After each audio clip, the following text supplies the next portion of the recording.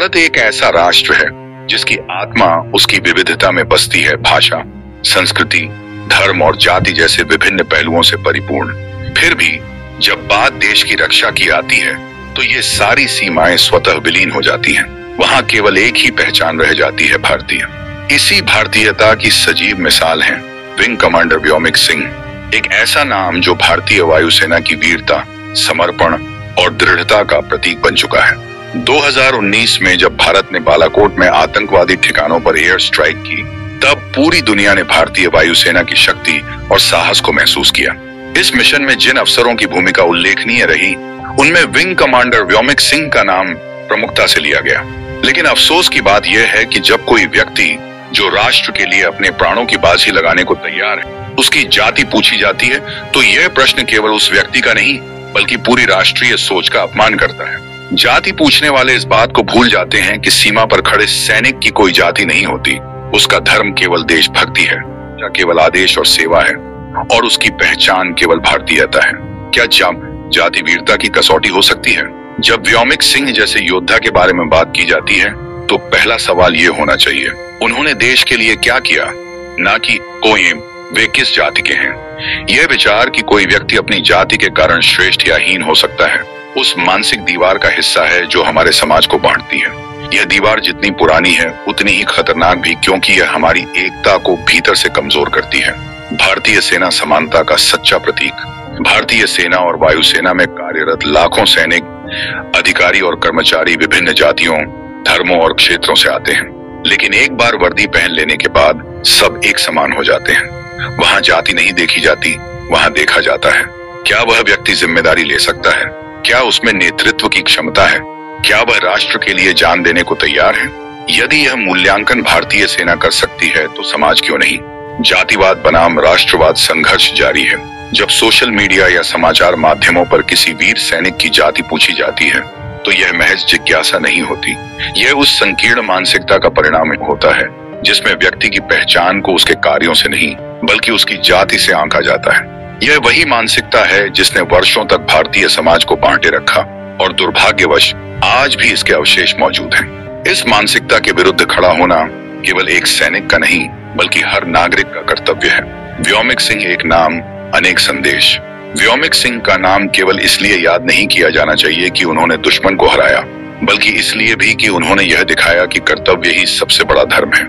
उनका उदाहरण हर उस युवक युवती को प्रेरित करता है जो जीवन में राष्ट्र को सर्वोपरि मानता है। जब कोई व्यक्ति यह पूछता है कि व्योमिक सिंह किस जाति के, उसे यह पूछा जाना चाहिए, क्या तुम देश के लिए वह कर सकते हो जो उन्होंने किया? अगर जवाब नहीं है तो फिर उनका सम्मान करो, जाति मत पूछो। अब जब हमने भूमिका में जाति बनाम वीरता के बीच के संघर्ष को रेखांकित किया तो अगला स्वाभाविक प्रश्न होगा, क्या सेना वाकई जाति विहीन है?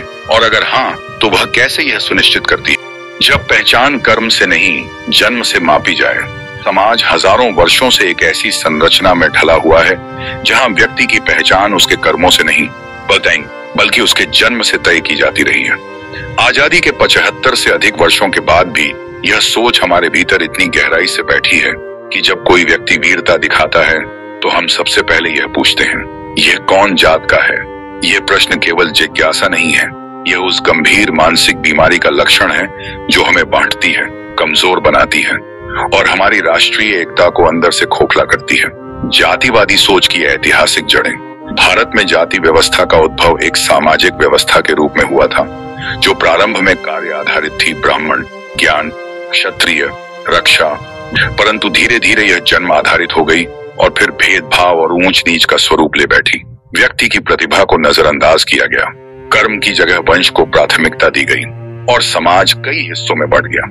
यह सोच आज भी कहीं न कहीं हमारी सोच और संवादों में झलकती है, चाहे वह आम नागरिक हो, नेता हो या सोशल मीडिया यूजर। वीरों की जाति क्यों पूछी जाती है? जब कोई जवान शहीद होता है, कोई खिलाड़ी मेडल जीतता है या कोई अफसर देश के लिए अद्वितीय योगदान देता है, तो अक्सर एक खास तबका यह पूछता है, वो किस बिरादरी से है? उसका सरनेम क्या है? क्या वो हमारी जाति का है? क्यों?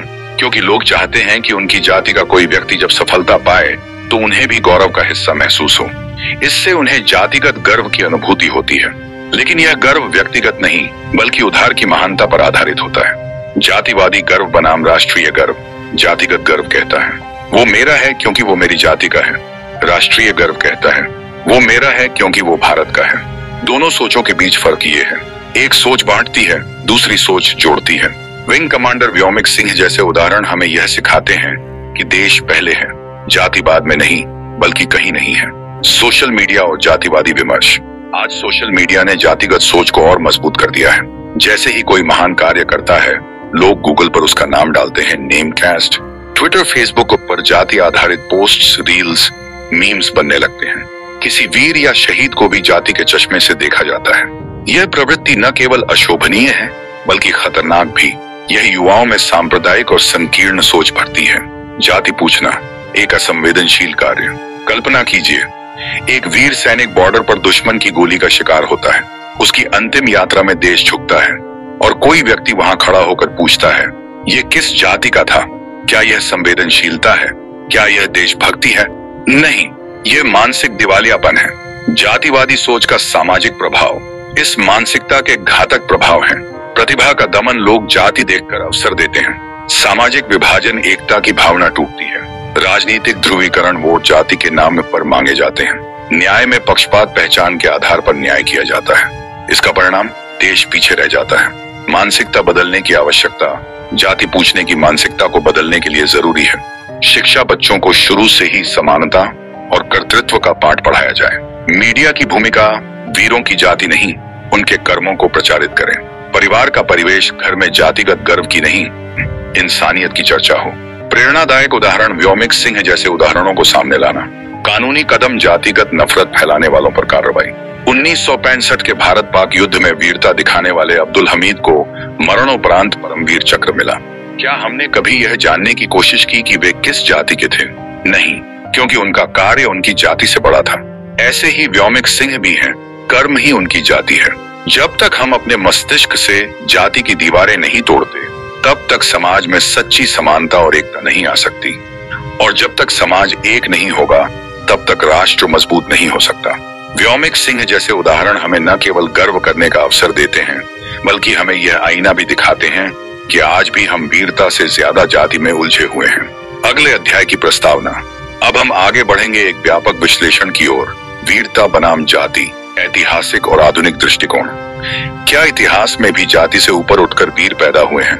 और आज क्या इस सोच को बदलना संभव है? अब हम जानेंगे भारतीय सशस्त्र बलों की जाति रहित संस्कृति, जहां जाति नहीं कर्तव्य चलता है। बहुत अच्छा। अब प्रस्तुत है अध्याय 2, भारतीय सशस्त्र बलों की जाति रहित संस्कृति। भारतीय सशस्त्र बलों में प्रवेश करते ही व्यक्तिशा और क्षेत्रीय पहचान पीछे छूट जाती है। वहां केवल एक ही पहचान बचती है, वर्दी। यह वर्दी न केवल एक ड्रेस कोड है, बल्कि एक ऐसा प्रतीक है जो बताता है कि व्यक्ति अब राष्ट्र की सेवा में है और उसकी व्यक्तिगत पहचान अब एक राष्ट्रीय कर्तव्य के अंतर्गत समाहित हो चुकी है। यह संस्कृति वर्षों की परंपरा, अनुशासन और बलिदान से विकसित हुई है। यह वह संस्कृति है जहां जाति की बात करना अनुशासनहीनता मानी जाती है। भारतीय सेना, वायुसेना और नौसेना में भर्ती की प्रक्रिया पूर्णतः योग्यता आधारित होती है। उम्मीदवारों का चयन निम्नलिखित आधारों पर होता है: शारीरिक दक्षता, मानसिक क्षमता, लिखित परीक्षा, मेडिकल फिटनेस, इंटरव्यू, मनोवैज्ञानिक परीक्षण। कहीं पर भी यह नहीं पूछा जाता कि उम्मीदवार किस जाति का है। आवेदन पत्र में यदि जाति का कॉलम हो भी, तो वह केवल सरकारी आरक्षण की प्रक्रिया के लिए होता है, न कि सम्मान या श्रेष्ठता की कसौटी के लिए। जब एक युवा अफसर या सिपाही एनडीए, आईएमए, ओटीए या एयरफोर्स अकादमी में प्रवेश करता है, तो उसे सिखाया जाता है। प्रशिक्षण का मुख्य उद्देश्य होता है व्यक्तिगत अहं को तोड़कर सामूहिक पहचान विकसित करना। कैडेट्स को ऐसी परिस्थितियों में डाला जाता है जहां उन्हें केवल अपनी टीम पर भरोसा करना होता है, चाहे वह किसी भी पृष्ठभूमि से क्यों न हो। इससे यह भावना विकसित होती है कि हम सब एक हैं। सैन्य जीवन का एक महत्वपूर्ण पहलू है मेस और बैरक संस्कृति। यहाँ सभी सैनिक एक साथ भोजन करते हैं। रैंक के आधार पर सम्मान होता है, जाति के आधार पर नहीं। कोई ऊंच नीच नहीं, सभी को एक समान नियमों का पालन करना होता है। ये समानता दैनिक जीवन का हिस्सा बन जाती है, जिससे जातिगत पहचान धीरे धीरे विलीन हो जाती है। भारतीय सेना और वायुसेना में जातिगत टिप्पणी या व्यवहार को एक गंभीर अपराध माना जाता है। यदि कोई सैनिक या अधिकारी किसी के जाति पर टिप्पणी करता है, तो उसे अनुशासनात्मक कार्रवाई का सामना करना पड़ता है। कोर्ट मार्शल तक की कार्रवाई हो सकती है। Transfer, suspension, PO. या पदोन्नति भी हो सकती है। यह कड़ा रवैया इस बात को सिद्ध करता है कि सशस्त्र बलों के लिए जातिवाद एक राष्ट्रीय सुरक्षा खतरा जैसा है, क्योंकि यह एकता को तोड़ सकता है। युद्ध और जाति, क्या दुश्मन जाति पूछता है? जब बॉर्डर पर गोली चलती है तब सामने खड़ा दुश्मन यह नहीं पूछता कि तुम ब्राह्मण हो या यादव, तुम दलित हो या राजपूत, तुम उत्तर से आए हो या दक्षिण से। वहां केवल एक चीज मायने रखती है, तुम देश के लिए लड़ने आए हो या नहीं। वही सवाल ही हमें खुद से पूछना चाहिए। असली भारतीयता का चेहरा। भारतीय सेना भारत के हर कोने से लोगों को साथ लाती है। नागालैंड से लेकर गुजरात तक, तमिलनाडु से लेकर जम्मू कश्मीर तक, मुस्लिम, हिंदू, सिख, ईसाई सभी एक साथ लड़ते हैं। यह एकता दिखाती है कि जब जाति और धर्म पीछे छूट जाते हैं तब वास्तविक भारत उभर कर सामने आता है, वह भारत जो बहादुरी, बलिदान और सम्मान से बना है। विंग कमांडर व्योमिक सिंह इसी जाति रहित सैन्य संस्कृति के प्रतीक हैं। उन्होंने न कभी अपनी जाति को अपने कार्यों से जोड़ा, न ही उससे कोई विशेषाधिकार मांगा। उनके लिए वर्दी ही सम्मान थी और कर्तव्य ही पहचान। उनका जीवन उन सभी के लिए एक उत्तर है जो किसी की वीरता को उसकी जाति से जोड़ना चाहते हैं। समाज आज भी जातिगत पहचान में फंसा है। सेना इसे सदियों पहले पीछे छोड़ चुकी है। सेना ने दिखा दिया है कि यदि अनुशासन, समानता और राष्ट्र प्रेम को प्राथमिकता दी जाए तो जातिवाद जैसी बुराइयां स्वतः समाप्त हो सकती हैं। अब समय आ गया है कि समाज भी सेना से सीखे। अब जबकि हमने देखा कि भारतीय सेना कैसे जाति से परे एक पहचान गढ़ती है, अब समय है विंग कमांडर व्योमिक सिंह के योगदान को गहराई से समझने का। व्योमिक सिंह का परिचय और उनके योगदान, वह कौन है, क्या किया और क्यों वे जाति से ऊपर एक राष्ट्रीय प्रतीक है।